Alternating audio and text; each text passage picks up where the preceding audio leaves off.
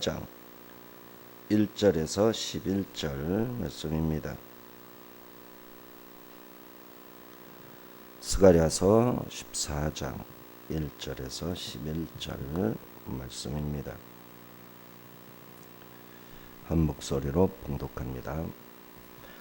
여호와의 날에 이르리라. 그날에 내 재물이 약탈되어 네 가운데에서 나누이리라.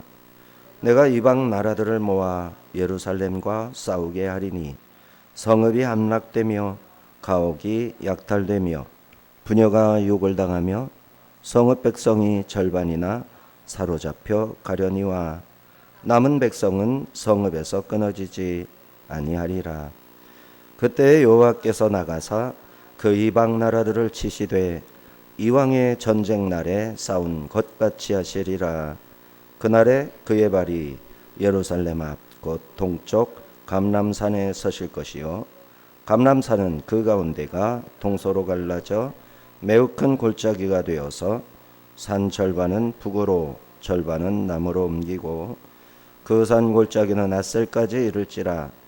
너희가 그 산 골짜기로 도망하되 유다 왕 우시야 때에 지진을 피하여 도망하던 것 같이 하리라. 나의 하나님 여호와께서 임하실 것이요 모든 거룩한 자들이 주와 함께 하리라. 그날에는 빛이 없겠고 광명한 것들이 떠날 것이라. 여호와께서 하시는 한 날이 있으리니 낮도 아니요 밤도 아니라 어두워 갈 때가 빛이 있으리로다. 그날에 생수가 하늘에서 예루살렘에서 솟아나서 절반은 동해로 절반은 서해로 흐를 것이라. 여름에도 겨울에도 그러하리라. 여호와께서 천하의 왕이 되시리니 그날에는 여호와께서 홀로 한 분이실 것이요 그의 이름이 홀로 하나이실 것이라.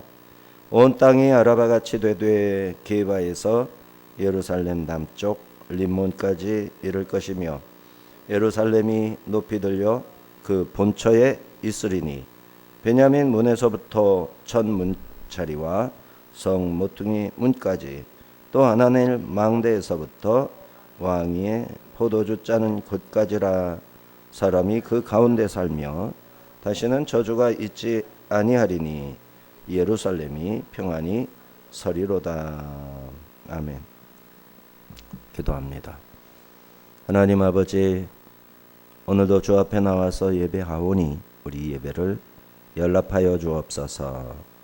성령께서 은혜 주시고 복 주셔서 강건케 하시옵고 하나님의 말씀에 큰 승리를 맛보게 하옵소서. 예배의 시종을 주님께 맡기옵고 예수님의 이름으로 기도하옵나이다. 아멘. 14장은 여호와의 날이 주제입니다. 하나님의 주권적인 심판과 구원이 예루살렘을 중심으로 펼쳐지는 최종적인 승리를 다루는 말씀입니다. 묵시 문학의 특징을 띠고 상징적인 언어로 미래의 영광스러운 통치를 예고합니다. 예루살렘은 모든 민족의 공격을 받아 포위되고 약탈당하게 되지만 하나님께서 직접 개입하셔서 적을 치시고 감람산이 갈라져서 피난길이 열리고 빛이 없는 독특한 날 생수가 솟아 흐르면서 여호와께서 빛이 되셔서 온 땅의 왕으로 등극하시고 예루살렘이 안전하게 들려 올리는 장면으로 이어집니다. 요엘서의 그날 어둠과 심판의 날입니다. 여기서는 구원의 전환점으로 이어지는 빛 없는 날이 빛만의 날로 변하는 과정 묘사되고 생수가 흐르는 묘사가 에스겔서 47장과 유사하고 영원한 생명과 회복을 나타내줍니다. 이러한 그날을 이야기할 수밖에 없는 것은 세상이 혼란과 불의로 가득하기 때문에 스가랴가 본 이상을 이제 정반대의 세상인 거죠.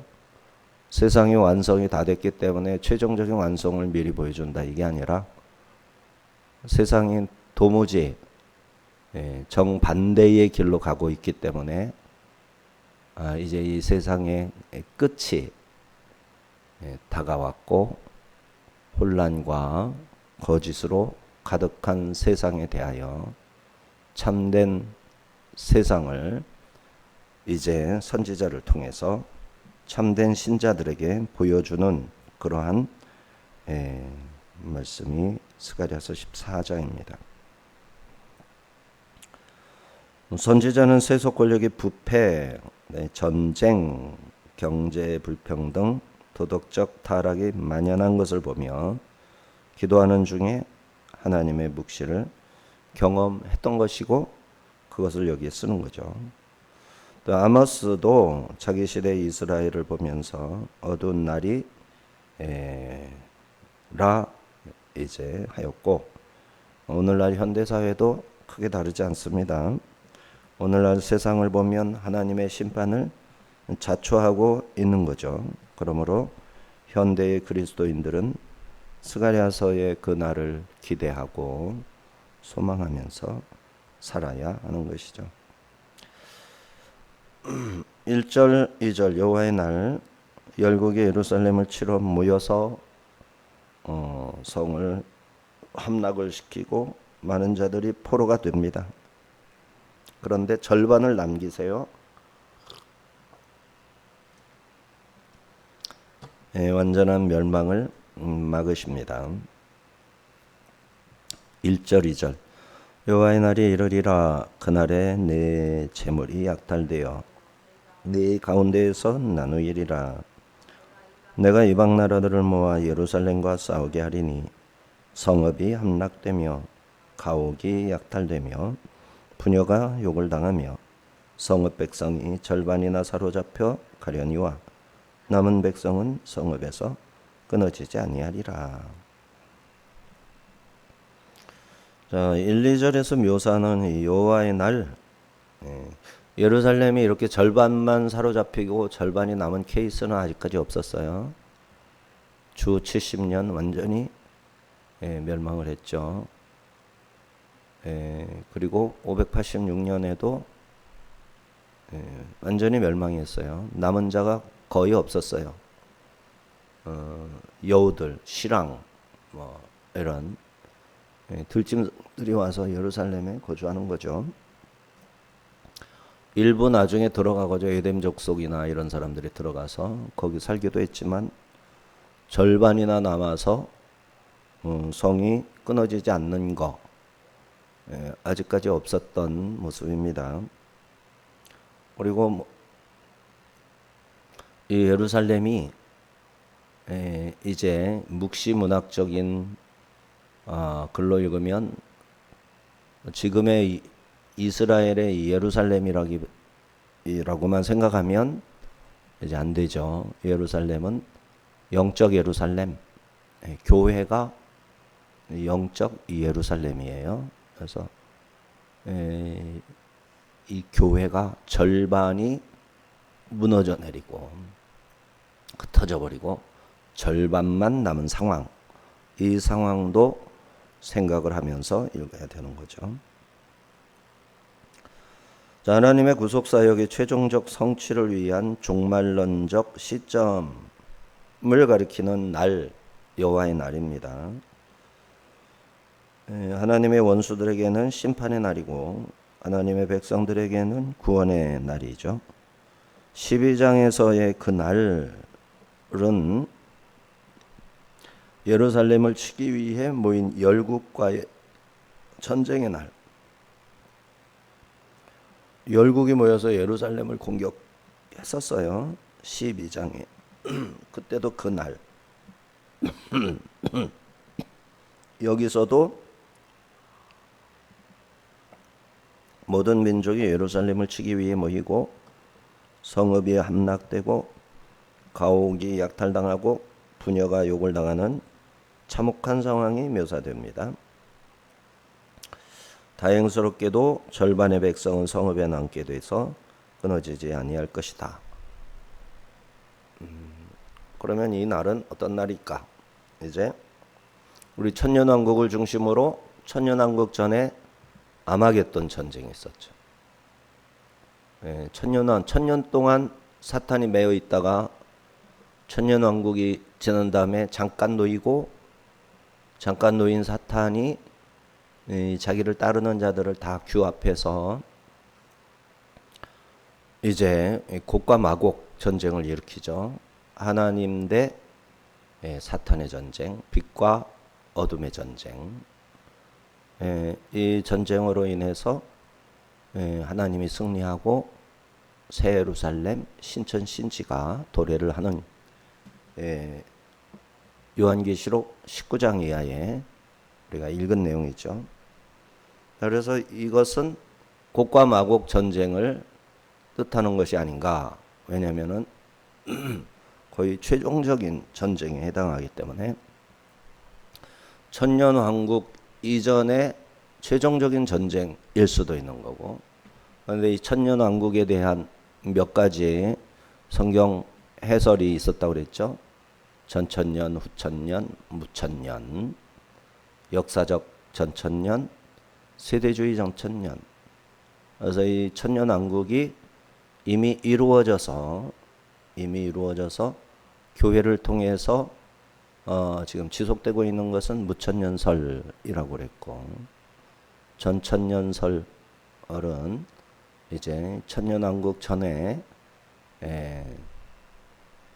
이제 예수님이 재림하셔서 있게 되는데, 그것은 세대주의에 빠질 수가 있고, 역사적 전천년설이 그래도 세대주의와 관계없이 성경적인 전천년설이라고 볼 수 있는데, 이것도 상당히 해석하기가 어렵죠. 그리고 후천년설은 사람들이, 다시 말해서 교회가 거룩해지고 사람들이 스스로 천년왕국을 건설해 나가는 거예요. 이런 개념이라고 그랬죠.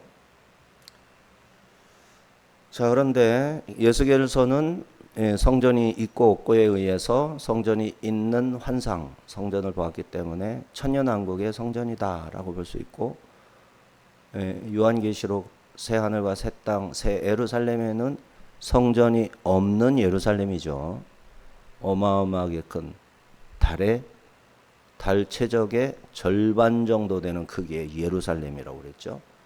그래서 이 예루살렘은 하나의 위성과도 같은, 하나의 별과도 같은 그러한, 말하자면 모습이 상상이 될 정도의 그런 모습으로 그려지고 있고, 오늘 보여지는 예루살렘도 오늘 본문 안에서 공중에 부양이 된 모습으로 묘사가 되고 있어요.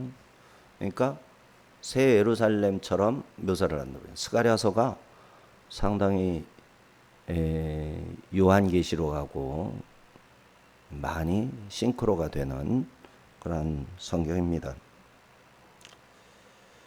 하나님의 보호 아래 구원을 받게 될 남은 자들, 쉬아르, 남은 자들이 있을 것을 강조하고 있습니다. 이들은 메시아의 고통을 함께하며 구원을 기다리는 경건한 소수다. 미드라시, 탈무드, 미드라시, 유대 랍비들의 책입니다. 이 사람들이 이해하는 스가랴서는 그렇고요.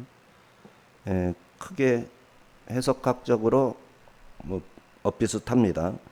그런데 이날은 하나님의 역사 경영에서 중요한 이정표가 되는 그러한 날입니다. 13장에서의 그날이 또 있었죠. 지금 14장이고, 13장에서는 정결하게 씻는 물, 성전 문지방 아래에서 더러웠고, 이제 죄를 씻는 물이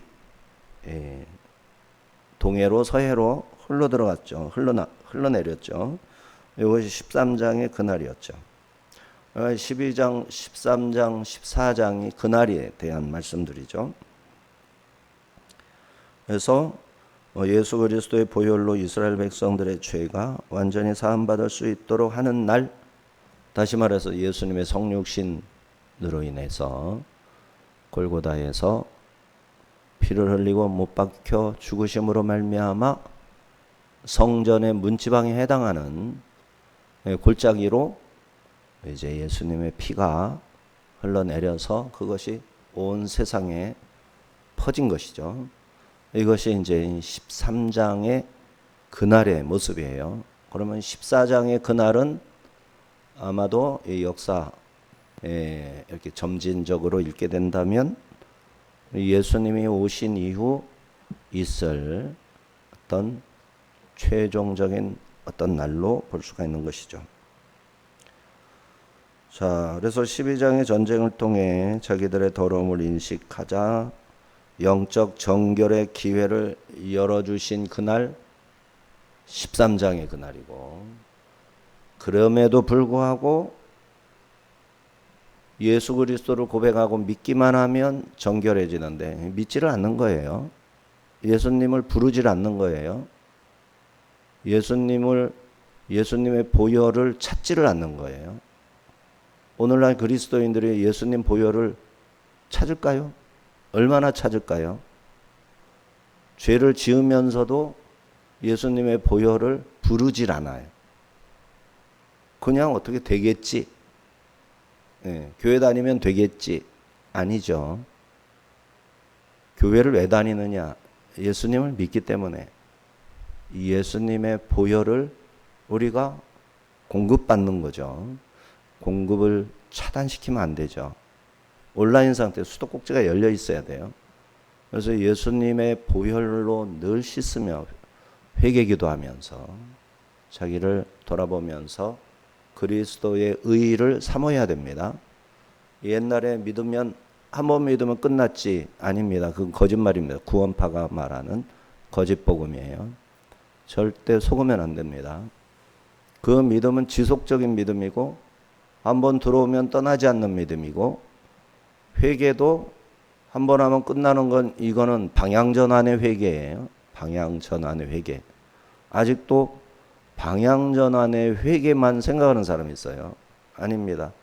우리가 원죄, 유전적으로 받은 죄와 더불어서 매일매일의 죄를 주님 앞에 자백하며 용서를 구해야 됩니다. 죄인으로서가 아니라 그리스도의 보혈의 은혜와 능력을 요청하는 구원받은 자의 자연스러움으로 자유를 누리기 위해, 거룩을 지속하기 위해 늘 자신의 죄를 고백하면서 하나님의 은혜 앞으로 나가야 되는 거죠. 근데 이제 구원파는 뭐라고 그러냐면은, 아니 회개했는데 그게 또 믿어지지 않아 가지고 또 회개하느냐, 그러면은 그동안 용서받은 것은 뭐가 되느냐. 이게 사람의 논리로 이 구원을 셈하고 계산하고, 완전히 구원파는 이성적인 철학의 산물이에요. 그래서 이 구원파는 영지주의의 후손입니다. 영지주의 이단의 후손. 헬라 철학과 기독교의 연합의 어느 결과물을 도출해 가지고 지식으로 구원받는다. 지식, 구원에 대한 지식이 내 속에 들어있으면 구원받는다. 이게 구원파입니다. 아닙니다. 지식은 당연히 있는 거고 지식이 다가 아니죠.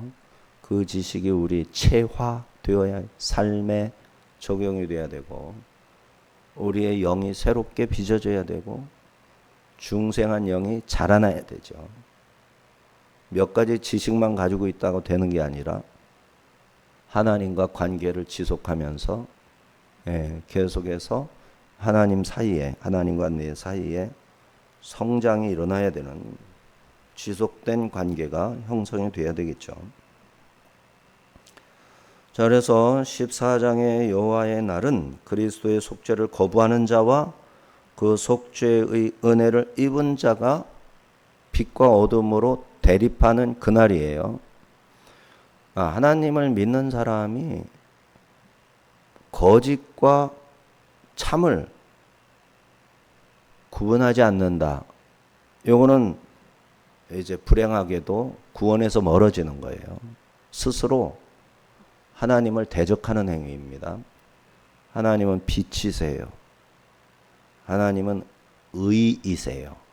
공의의 하나님, 사랑의 하나님. 그래서 하나님의 사랑은 공의, 공의를 내주어서 의롭게 되는 거거든요. 예수 그리스도를 내줘서 의인이다. 인쳐서. 실제로는 의롭지 않죠? 의롭다 하시는 거예요. 이게 이루어져야 되는데 거짓에 의한 오염이 된 자는 진리 편에 서질 않고 그저 자기 편한 대로 살아가는 거예요. 말장난, 사람의 이성의 사고의 어떤 패러다임을 자꾸 이거를 조정을 하고 변질을 시켜서 어둠과 자꾸 손을 잡습니다.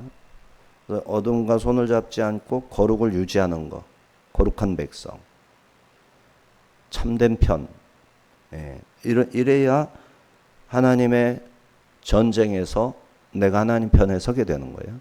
그래서 이 곡과 마곡의 전쟁이 무기를 들고 싸우는 전쟁만 전쟁이 아니에요.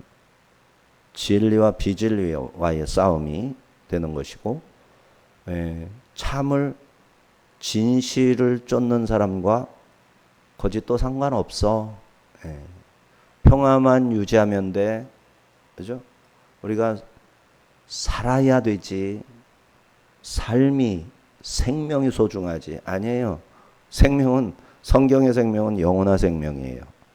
이 땅의 생명은 교통사고로 죽어도 되고 병으로 죽어도 되고 죽게 돼 있어요. 하나님은 죽음으로 몰아넣어서 그 죽음의 문을 통과하여 영생을 가지게 하는 거예요.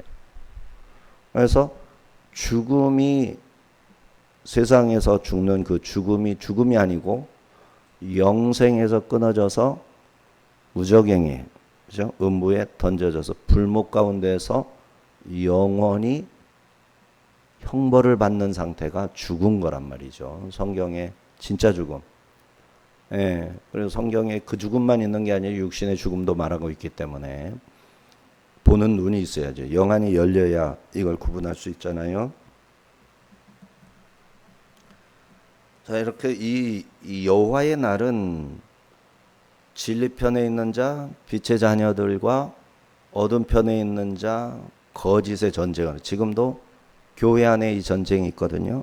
교회 안에 내가 거짓과 손잡을 것인가, 거짓을 단절시키고 빛, 말씀, 복음, 십자가, 참된 구원, 하나님 편에 설 것인가.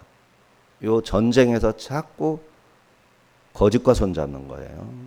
나름대로 타당한 논리가 있고 이성의 흐름이 있으니까 그쪽으로 자꾸 치우치는데 빛과 어둠을 구별하는 게 곤고하다 여기는 거죠.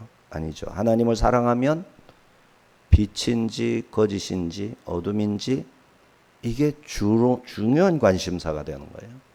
하나님을 사랑하면, 나를 사랑하면 피곤하죠. 빛과 어둠을 갈라야 되는 것 자체가 힘들죠. 나는 그냥 편안하게 살고 싶죠. 사람들이 가는 길로 나도 가서 거기에서 많은 것을 긁어 모아야 되고 취득해야 되고 누려야 되고, 이게 나 중심의 생각이잖아요. 그런데 하나님 중심의 생각은 이 세상에 있는 것 중에 버려야 될 것을 과감하게 버려야 되고, 목표를 수정해서 영원한 목표, 참된 목표, 구원에 이르는 목표, 세상과 싸우는 영적 군사로서의 정체성을 자꾸 만들어가야 되는 거죠. 자, 이런 것이 여호와의 날에 있는 전쟁을 말하는 겁니다. 묵시문학 전체 맥락에서 보면 계시록 19, 20장에 묘사된 아마겟돈 전쟁, 그리스도의 재림, 천년왕국에서의 그리스도의 통치와 연결이 되는 이해를 종합적으로 가질 수 있어야 된다라는 거예요. 즉 12장 3, 4절에서는 무서운 예루살렘의 상황, 열왕기하 25장에 예루살렘 성벽 파괴 587년을 떠올리게 하는 전쟁이었고, 14장에 묘사한 예루살렘 상황은 AD 70년 디도에 의한 예루살렘 파괴를 떠올리게 하죠. 예수님은 십자가에 못 박혀 죽으셨어요. 믿느냐 안 믿느냐예요. 믿느냐 안 믿느냐. 그래서 믿는 자는 예수님의 말씀대로 산으로 도망하라. 펠라로 도망갔어요. 그리스도인들은 펠라로 도망가서 주 70년 디도 장군에 의해서 예루살렘이 멸망할 때 믿는 사람은 한 사람도 희생당하지 않았어요. 그런데 하나님 편이라고 스스로 생각을 하는 거예요. 나 하나님 믿는다라고 생각하는 거예요. 바리새인을 따라서 제사장을 따라서 신앙생활을 잘하면 되지. 이런 사람들은 로마군에 의해서 불태워지고 함락될 때 다 죽었어요. 일부 지도자들이 도망가서 요바에서 이제 수도를 옮겨서 거기에 사내들인을 구성을 하고 이렇게 됐단 말이죠. 이게 말하자면 빛과 어둠, 예수님의 그 문지방에서 흘러내리는 예수 그리스도의 보혈, 정결하게 하는 샘물, 이 샘물을 마시는 자이냐, 그죠? 나의 의가 아니라 그리스도의 의를 의지하여 하나님이 의라 여기는 것을 위해 내 목숨이라도 바칠 수 있는 참된 신앙인으로 살 거냐, 아니면 내 행위의 의의 기준을 가지고 그리스도의 말씀조차도 판단하고 그리스도의 말씀을 의지해서 그리스도의 보혈을 의지해서 의를 추구하는 자들을 멸시하고 천대할 것이냐. 이게 주 70년의 상황이었어요. 40여 년 동안 제자들이 그 안에서 교회, 야고보가 교회의, 유다가 교회의 지도자, 처음에 예루살렘 교회의 지도자들이 그렇게 해서 베드로에서 야고보로, 야고보에서 예수님의 동생 야고보, 그 다음에 예수님의 동생 유다로 이렇게 교회, 예루살렘에 교회가 있었단 말이에요. 예? 그랬음에도 불구하고 예수님의 말씀대로 도망을 쳤단 말이에요. 근데 주 70년에 그렇게 예루살렘이 멸망을 한 거죠. 자, 바벨론은 이스라엘의 죄에 대한 형벌을, 로마는 그리스도에 대한 불신을 알라 하는 형벌이었던 것이죠. 3절 5절입니다. 그때 여호와께서 나가사 그 이방 나라들을 치시되 이왕의 전쟁 날에 싸운 것 같이 하시리라. 그날에 그의 발이 예루살렘 앞 그 동쪽 감람산에 서실 것이요 감람산은 그 한가운데가 동서로 갈라져 매우 큰 골짜기가 되어서 산 절반은 북쪽으로 절반은 남으로 옮기고 그 산 골짜기는 아셀까지 이를지라.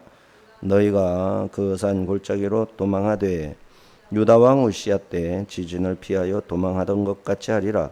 나의 하나님 여호와께서 임하실 것이요 모든 거룩한 자들이 주와 함께 하리라.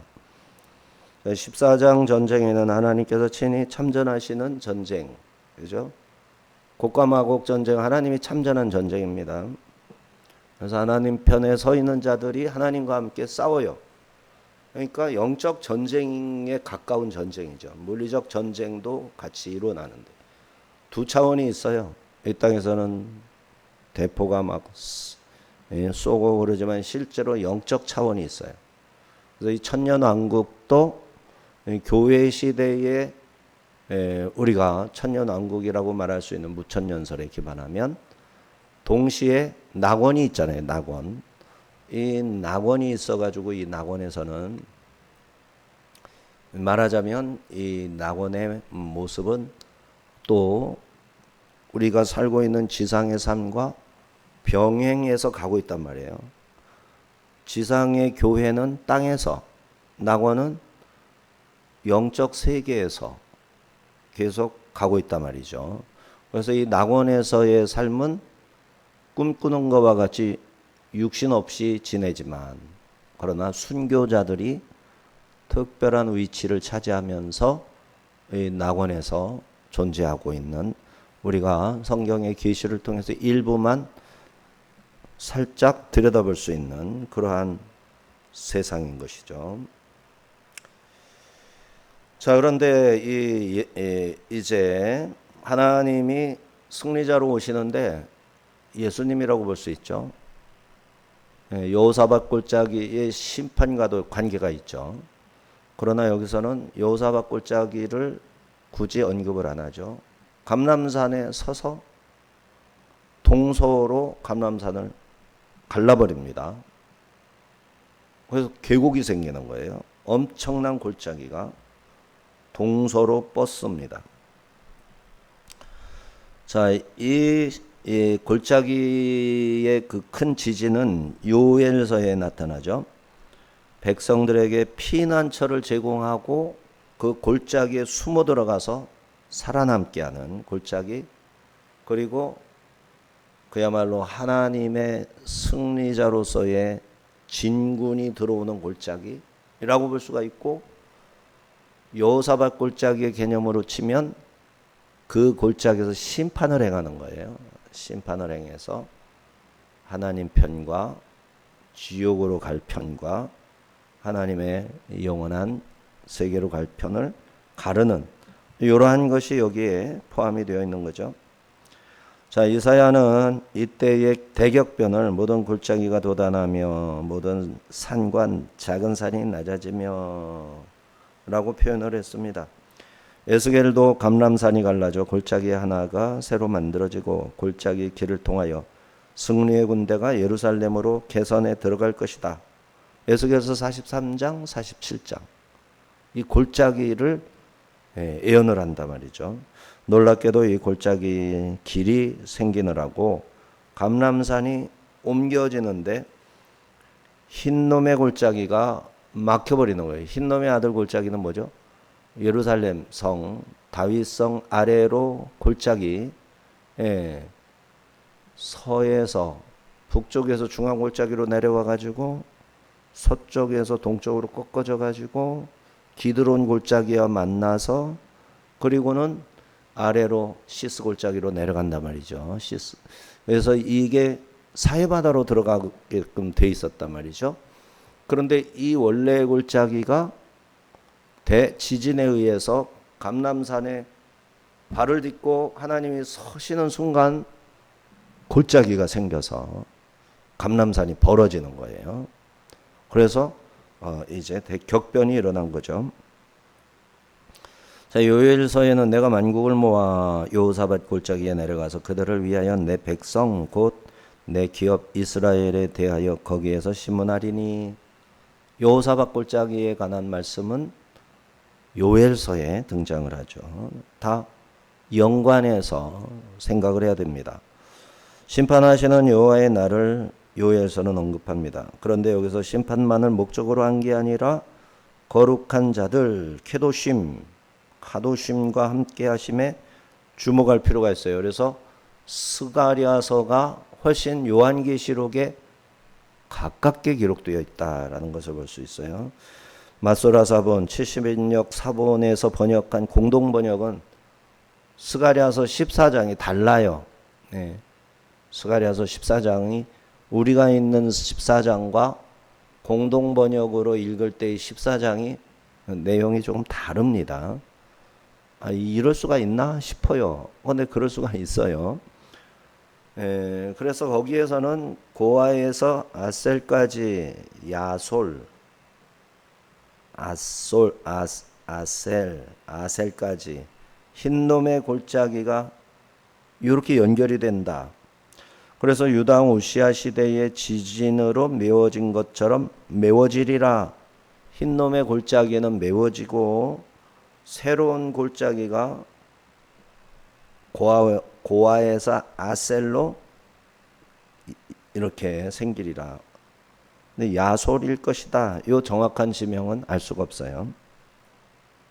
그 뒤에 야훼 하나님께서 당신의 백성으로 뽑으신 사람들을 모두 이끌고 오실 것이다. 이런 내용이 들어있어요. 그런데 우리가 읽는 성경에는 없는 내용입니다. 마소라 파에서 이제 어느 사본에서 마소라는 유대인들이 이제 쓴 성경이죠. 그리고 70인역은 헬라어로 번역한 성경이고 여기에서는 이러한 내용이 들어있다. 자, 우시야 시대 지진에 대해서는 아모스서에 언급되고 요세푸스는 요시야 때 성전이 무너지고 땅이 갈라진 대지진이 있었다 기록을 하고요. 미쉬나와 탈무드에서도 백성들이 지진을 피해 동쪽으로 급히 도망쳤다 이렇게 스가랴서에 있는 내용이 기록이 되어 있습니다. 마지막 때 피난처는 바로 하나님께서 갈라놓으신 이 골짜기이다. 결국은 이 골짜기에서 구원을 얻게 되는 거예요. 멸망하는 자도 이 골짜기에서 심판받고 아모스 때 예루살렘 사람들이 이 골짜기를 통해 힘을 다해 도망쳤던 것처럼 여호와의 날에도 거룩한 백성들이 예루살렘을 유린하는 민족들로 피난할 수 있도록 감람산을 갈라 길을 열어 주신 것이다. 이사야서에서는 또 이 비슷한 내용이 있죠. 호렙산 시내산에서 출발하신 여호와 하나님께서 대로를 열어서 예루살렘으로 시온을 향해서 들어가시는 그 길이 또 있단 말이죠. 이러한 내용들과 종합을 해서 읽어볼 필요가 있습니다. 자, 6절 8절은 하늘의 광명한 빛은 사라지고 어두울 때 여호와의 빛이 비추기 시작하고 예루살렘에서 생수가 솟아 흐르되 연중 내내 동해와 서해로 흐르는 날이 올 것이다 예언하는 말씀이죠. 6절 8절 그날에는 빛이 없겠고 광명한 것들이 떠날 것이라 여호와께서는 아시는 한날이 있으리니 낮도 아니요 밤도 아니라 어두워 갈 때 빛이 있으리로다. 그날의 생수가 예루살렘에서 솟아나서 절반은 동해로 절반은 서해로 흐를 것이라. 여름에도 겨울에도 그러하리라. 놀라운 말씀이거든요. 여기 이렇게 빨리 슥 지나갈 말씀이 아니에요. 어떤 날이 왔는데 빛이 없어요. 근데 이 빛이 없다는 건 뭐냐면 해가 없다. 해가 떠나가 버렸다. 달이 떠나가 버렸다. 해와 달이 빛을 주지 않아서 이상한 세상이 되는데 어두워져 가는 상태예요. 해와 달이 없으면 그냥 깜깜해지잖아요. 그게 아니라 어두워져 가고 있어요. 그런데 어두워 갈 때에 7절 끝에 빛이 있으리라. 하나님이 등장하셔서 빛이 되는 거예요. 그날의 생수가 예루살렘에 솟아나. 하나님이 오셔서 빛을 비추기 시작하시면서 생명수 강에 생명수가 흐르기 시작하는 거예요. 자, 요렇게. 그래서 그 생수가 절반은 동해, 절반은 서해로 흐른다. 그런데 여름에도 그렇고 겨울에도 그렇다. 태양과 달이 떠나가 버리면 어떤 일이 생기죠? 계절이 없어지죠. 태양을 중심으로 공전을 함으로 말미암아 봄, 여름, 가을, 겨울이 지구가 가지고 있는 23.5도의 이 기울어진 각도에 의해서 자전과 함께 공전을 하면서 태양빛을 어떻게 만나느냐, 직선으로 만나느냐, 사각으로 만나느냐에 따라서 봄, 여름, 가을, 겨울이 생기잖아요. 예. 이런 것이 태양이 사라져 버리면 봄도 가을도 겨울도 이스라엘은 봄, 가을이 없어요. 그냥 여름과 겨울이죠. 사라져 버리는 거죠. 자, 여기 그날은 여호와의 하나님께서 승리자로 자신의 성읍으로 들어가시는 날입니다. 이날에 하늘의 해와 달이 떠나가므로 점점 어두워져 가다가 낮도 밤도 아닌 한날, 북극권에서 백야가 있잖아요. 태양이 엇비슷하게 있는 거예요. 지구가 이렇게 있으면 북극이 요렇게, 그러니까 북극이 지금 태양과의 각도가 요렇게 해서 돌다가 반대편으로 와서 요렇게 기울어질 때가 있단 말이에요. 요렇게 기울어질 때면 태양빛이 이렇게 와서 북극을 낮과 밤에 계속 비치는데 아주 이 각도가 있어가지고 엇비슷한 각도로 만나는 거죠. 그래서 백야라고 한단 말이에요. 그거를 이런 비슷한 상태의 빛이죠. 그러니까 어떤 태양빛인지 어떤 빛이 이전하고 다른 어떤 형태로 어두워져 가다가 하나님이 오셔서 빛이 되는 이런 것을 이제 설명을 했다. 이사야 선지자는 다시는 낮에 해가 내 빛이 되지 아니하며 달도 내게 빛을 비추지 않을 것이요 오직 여호와가 내게 영원한 빛이 되며 내 하나님의 하나님이 내 영광이 되리니 다시는 내 해가 지지 아니하며 내 달이 물러가지 아니할 것은 새로운 해와 새로운 달이 있다. 하나님이 달 되시고 하나님이 해가 되신 그것이 우리들의 해이고 우리들의 달이 된다. 이러한 내용이 이사야서에 있죠. 여호와가 내 영원한 빛이 되고 내 슬픔의 날이 끝날 것임이라 표현을 합니다. 계시록에서도 그 성은 해나 달의 비침이 쓸데없으니 햇빛이 필요 없고 달빛도 필요 없어요. 왜? 하나님이 언제나 빛이 되셔서 이 성을 밝히시니 하나님의 존재 자체가 빛이 되어서 밝히시니 낮이 밤이 따로 없어요. 낮과 밤이 없으면 어제와 오늘의 구분이 없어지죠. 어제는 밤 바로 앞에 날이죠. 그저께는 밤 2개 앞에 날이죠. 그저께는 밤 3개의 앞에 날이죠. 그런데 밤이 없어. 해와 달이 없어서 항상 어둡거나 그래야 되는데 하나님이 빛이 되셔서 항상 낮이야. 그러면 어제가 없어지고 그저께가 없어지고 오직 계속된 날이죠. 계속된 날. 잠은 언제 자나? 하나님의 해와 달이 됐을 때는 잠잘 필요가 없어지는 거예요. 잠잘 필요가 없어져서. 활동하는 중에 쉬고 활동하는 중에 잠도 자는 거고 뭐 필요한 것이 다 그냥 이게 천국의 모습이에요. 천국은 쉬지도 않고 일만 하느냐? 아니죠. 쉴 필요도 없이 항상 맑은 정신, 최고점의 건강 상태로 모든 영광을 누리고 모든 기쁨을 만끽하면서 강건한 모습으로 지내는 시대, 천국, 영생의 시대인 것이죠. 자, 어린 양이 그 등불이 되심이라 만국이 그 빛 가운데로 다니고 땅의 왕들이 자기 영광을 가지고 그리로 들어가리라. 계시록 21장. 다시 밤이 없겠고 등불과 햇빛이 쓸데없으니 22장 5절. 자, 그리고 생수가 예루살렘에서 솟아나 절반은 동해 절반은 서해로 흐른다. 에스겔서 47장에도 써 있고요. 여름도 겨울도 구분이 없어집니다. 이날은 여호와 하나님만이 아시는 날이죠. 지금 우리들의 이성으로는 이 날에 대해서 상상조차 못해요. 성경에 써 있으니까 그런가 보다 할 뿐이지 그날이 어떨 거라고 성경대로 써 있으니까 이렇구나 할 뿐이지 어떤 것이라고 예측도 불가능할 정도의 날들이 한 날로 표현됐어요. 한 날만 있으리니. 그렇죠? 한 날만. 다시 한번 보실까요?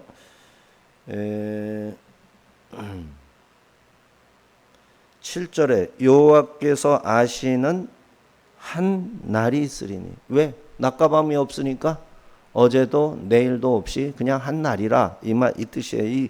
이 특별한 장면을 스가랴에서 읽어내기가 어려워요. 근데 요한계시록을 가져오고 에스겔서를 가져오고 요엘서를 가져오면 이 한 날이 해와 달이 없으니 한날이구나. 이렇게 연결이 되는 거예요. 자, 9절에서 11절. 여호와께서 온 땅에 왕이 되시고 땅이 평지가 되며 예루살렘이 안전하게 높아질 것이다. 이게 무슨 말인지 우리가 이해할 수는 없죠. 이는 완전한 통치와 평화를 나타냅니다. 모든 거짓 신들이 사라지고 오직 하나님만이 홀로 경배받는 때. 읽어볼까요? 9절, 10절, 11절. 여호와께서 천하의 왕이 되시리니 그날에는 여호와께서 홀로 한 분이실 것이요 그의 이름이 홀로 하나이실 것이라. 온 땅이 아라바같이 되되 게바에서 예루살렘 남쪽 림몬까지 이를 것이며 예루살렘이 높이 들려 그 본처에 있으리니 베냐민 문에서부터 천문자리와 성 모퉁이 문까지 또 하나넬 망대에서부터 왕의 포도주 짜는 곳까지라. 사람이 그 가운데 살며 다시는 저주가 있지 아니하리니 예루살렘이 평안히 서리로다. 자, 하나님이 지금 감람산에 서셨죠? 감람산에 서서 가만히 서 계신 게 아니라 천하의 왕이 되시는 겁니다. 온 땅을 평안하고 풍요롭게 통치하기 시작하는데 이스라엘 온 땅이 아라바 평야처럼 낮고 평탄하게 하시고 풍성한 곡식을 맺는 옥토가 되게 하시고 예루살렘 도성은 높이 들려 본처에. 이 말씀 10절 보십시오. 예루살렘이 높이 들려 그 본처에 있으리니. 본처, 원래 있어야 할 자리가 어디라는 거예요? 높이 들려 있는 그곳에 예루살렘이 있다. 새 예루살렘 기억나십니까? 이 예루살렘 12,000 스타디온에 해당하는 가로 세로 높이 정 6면체의 새로운 도성이 하늘로부터 내려왔죠. 하늘로부터 내려오는데 땅바닥에 박힌 도성이 아니란 말이에요. 공중에 떠 있는 모습 같은 새 예루살렘을 묘사를 했단 말이죠. 그런데 스가랴서에 보니까 그것이 예루살렘의 본처. 원래 예루살렘은 그렇게 돼야 돼. 다시 말하면 우리의 본향이 어딥니까? 하늘나라잖아요. 하늘나라에 하나님이 계신 그곳에서 우리가 출생한 거죠. 그리고 우리의 육신이 이 땅에 보내져서 새로운 육신적 존재로 살아가게 되는 거잖아요. 이 육신적 존재로 이 땅에 살면서 연단하고 훈련해서 재창조, 영이 재창조되고 하나님의 말씀을 배워서 그 말씀을 순종하는 법을 날마다 배워가는 거예요. 이렇게 새벽 예배하면서.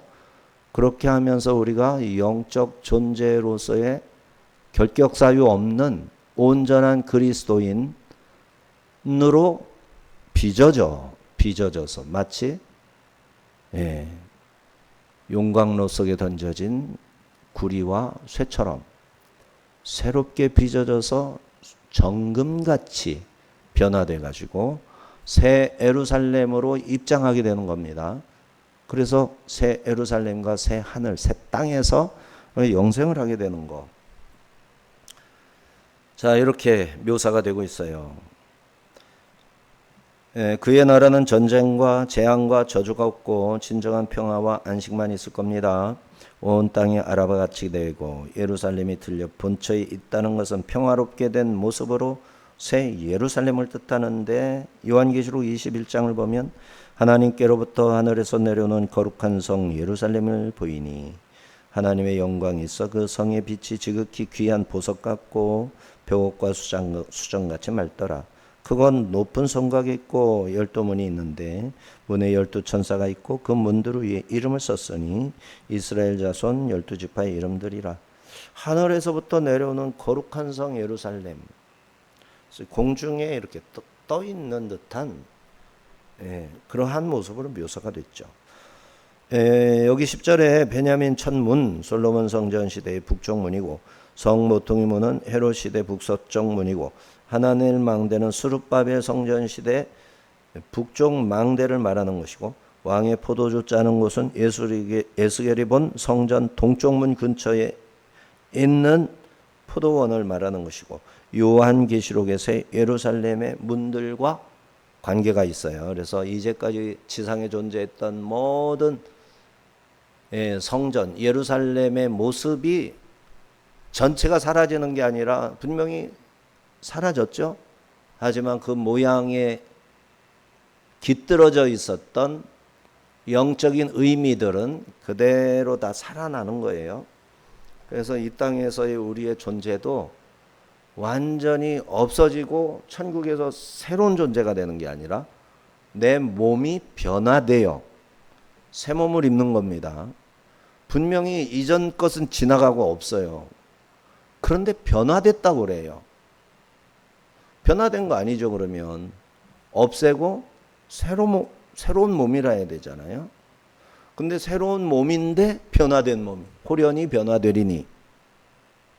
땅에 있던 내 몸에,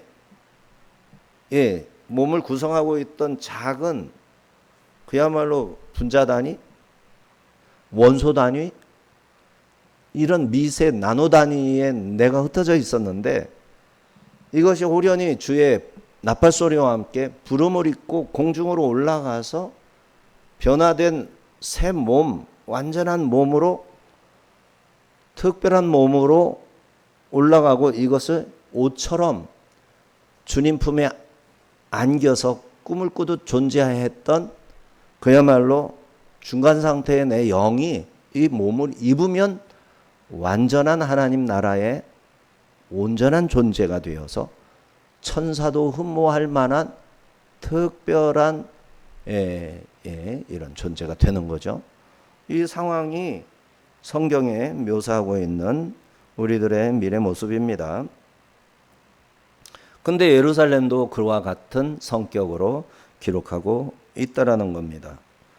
자, 13장에서 묘사하는 예루살렘은 성전 문지방에서 정결하게 하는 샘물이 솟아 흐르는 영적 정결의 도시였어요.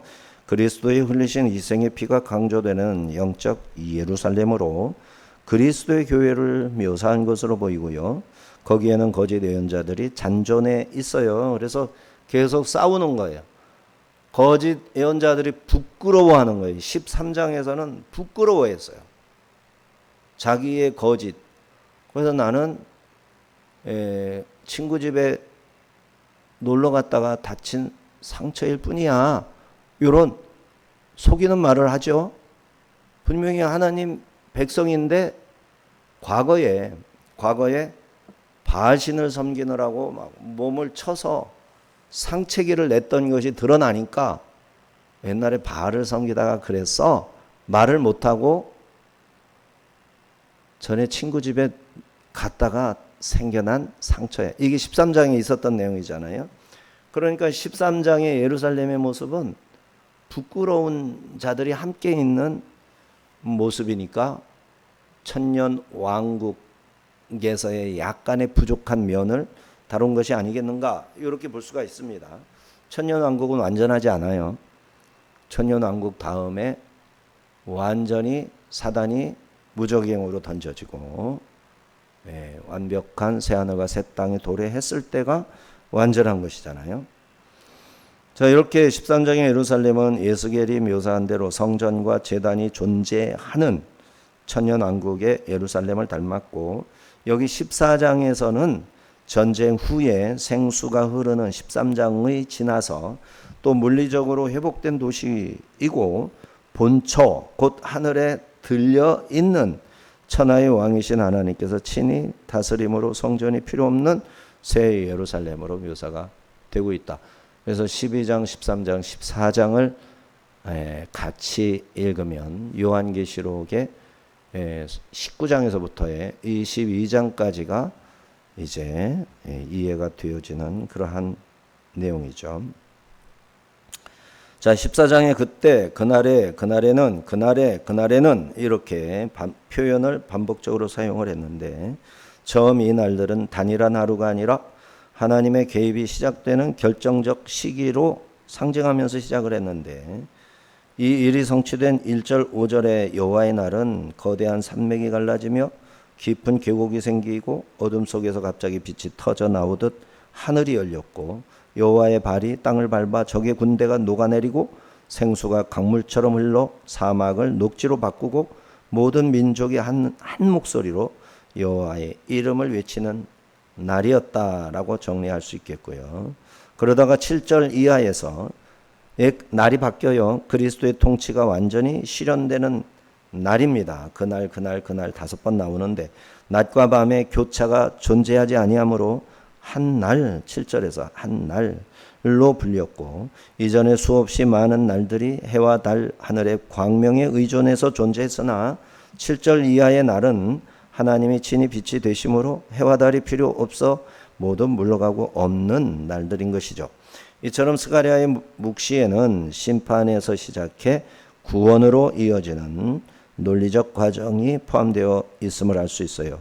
이는 요엘서처럼 심판 후 회복의 순서를 따르며 하나님이 계획이 단계적으로 완성되는 것을 보여주고 있습니다.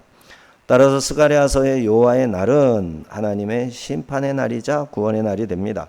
그날은 그리스도의 재림과 그리스도의 왕국이 완성되는 날로 계시록에서 밝히는 대로 눈물과 죽음이 없는 영원한 평화의 시대이고 우리는 이때를 준비하며 견고한 믿음과 인내로서 이긴 자로 서야 하겠습니다. 때가 되면 하나님께서 열방을 심판하시고 하나님의 백성을 새롭게 창조하실 것이에요.